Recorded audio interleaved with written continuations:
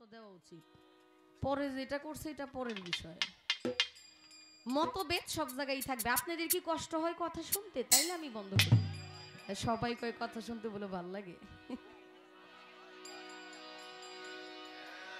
গুরুর পরিচয় চায়, গুরুর বংশ তালিকা চায়। গুরুর বংশ কি?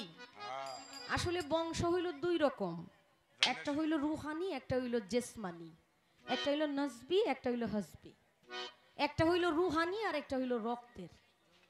রক্তের বংশধর কারা? এই যে বাবার সন্তান হয়, দাদার একটা বংশধর থাকে, আপনার ছেলে আপনার বংশের, তাই তো? এটা রক্তের। আপনার রক্তে আপনার বীজে যে সন্তান হয় এটা হইল রক্তের সন্তান, এটাকে বলা হয় জেসমানি। আর যেটা রুহানি, রুহানি সন্তান কারা? আপনারা বলেন তো, এই পৃথিবী কার নূরে সৃষ্টি? কথা বলেন বাবা। নবীর নূরে সৃষ্টি। নবীর নূরে যদি সকল কিছু সৃষ্টি হয়ে থাকে, আমিও তো আমার নবীর নূর ছাড়া না। আমি যদি নবীর নূর ছাড়া না হয়ে থাকি, তাহলে আমি আমার স্রষ্টা বা আমার দয়ালের রুহানি, আমি হলাম তার রুহানি বংশধর। বংশধরও রুহানি হয়। যদিও রক্তের বংশধর কারা? নবীর বংশধর যারা, হজরত আলী, ইমাম হাসান হুসাইন, এইভাবে সিরিজে আসছে বড় পীর আব্দুল কাদের জিলানী, খাজা মঈনুদ্দিন চিশতি, ওনারা হইলেন রক্তের। কিন্তু খাজা বাবাকে যারা স্মরণ করে, খাজা বাবার যারা ভক্ত আছে, বড় পীর সাহেবের যারা ভক্ত আছে, তারা হইল রুহানি সন্তান, রুহানি বংশধর।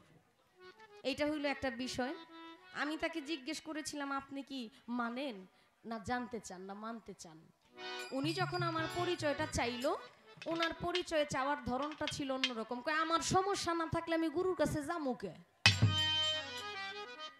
কয় রুগী যদি ডাক্তারের কাছে যায়, রোগ নিয়েই তো যায় না, রোগ ছাড়া তো ভালো মানুষ ডাক্তারের কাছে যায় না। আপনি জানেনই না এই বিষয়টা।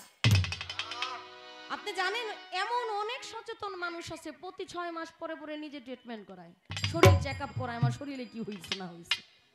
যারা সচেতন মানুষ তারা কিছুই হয় নাই, কোনো রকম লাগে না, কিন্তু 6 মাস 3 মাস পর পর একটু চেক আপ করে দেখে শরীরটা ঠিক আছে কিনা। এটা শরীরের প্রতি নিজের যত্ন। আমার তো ভুল থাকবেই, আমার তো সমস্যা থাকবে, এর জন্যই গুরুর কাছে আসছি। সমস্যা আছে ঠিক আছে, পোলাপানে একটা দুইটা ভাত ফালাই দিতে পারে, ভাত খাইতে সময় ভাত পড়বো, এটাই স্বাভাবিক। এক খাবলা ভাত ফালাই দিলে মাইনা নেওয়া যাবে নাকি? সম্ভব না। ভাত খাইতেছে খাইতেছে এক খাবলা ফালাই দিছে, এই পোলাপানরে বিশাল পিটি দেওয়ার লাগে, শক্ত পিটি দেওয়া দরকার। এদিকে মাইরের উপরে কোনো ওষুধ নাই। বলতেছে জিকিরের কথা বললাম, জিকির আপনি শিখাইলেন না। আমি বললাম 4, আপনি বললেন 3, এক এখান থেকে নিছেন গা, দলিল কি আপনি বাদ দিয়ে দিবেন? না না না না, দলিল আমি বাদ দিব কেন? আমি বলেছিলাম এটার মধ্যে অনেক মতভেদ থাকতে পারে। জিকিরে লিসানি, এটা হলো মৌখিক জিকির। অনেকে মুখে মুখে জিকির করে না, আল্লাহ আল্লাহ, সুবহানাল্লাহ, আলহামদুলিল্লাহ, আল্লাহু আকবার, এটা হইল জিকিরে লিসানি। এটা যে কেউ যে কোনো সময় পড়তে পারে, সমস্যা নাই। এবং জিকিরে কালবি, এটা অন্তরের আন্তরিকতা দিয়ে স্মরণ করে মনে মনে, কলবের ভিতরে। এই যে আমাদের দেহের মধ্যে একটা কলব আছে, একটু নীরব থাকেন বাবা। এই কলবের মধ্যে একটা কল, কিন্তু এর মুখ হইল দুইটা, একটা থাকে উপর দিকে, একটা থাকে নিচের দিকে। জিকিরের মাধ্যমে সাধক যারা, তারা এই জিকিরের দ্বারা কল্পকে জিন্দা করতে পারে, দুইটা মুখকে খুলতে পারে। এইটা হইল 2 নাম্বার জিকির। 3 নাম্বার জিকির হইল জিকিরে আমালি বা কার্যত স্মরণ, মানে আল্লাহকে সে সকল সময় স্মরণ করতেছে। এই 3 প্রকার জিকির তো আছে। এছাড়া অনেক লেখক অনেক দলিলের মধ্যে প্রমাণ করে জিকির 2 প্রকার। একটা হইল সাধারণ জিকির, আর একটা হইল বিশেষ জিকির। সাধারণ জিকিরগুলো আপনারা যে কোনো সময় পড়তে পারবেন, 2-1টা বিশেষ জায়গা ছাড়া। দিতেছি ভাই, একটু প্রশ্নের জবাবটা দেই, আপনারা বন্ধ করে দিব কথা। এরপরও ওনার তো প্রশ্নটা করা হয়েছে না।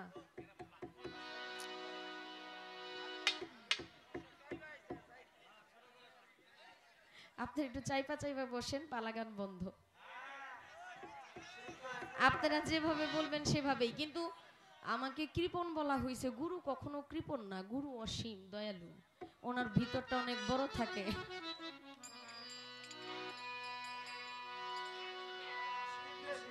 জোর করিয়া বুঝতে গেলে তার ঘটে মরণ জ্বালা। জোর করিয়া বুঝতে গেলে তার ঘটে মরণ জ্বালা।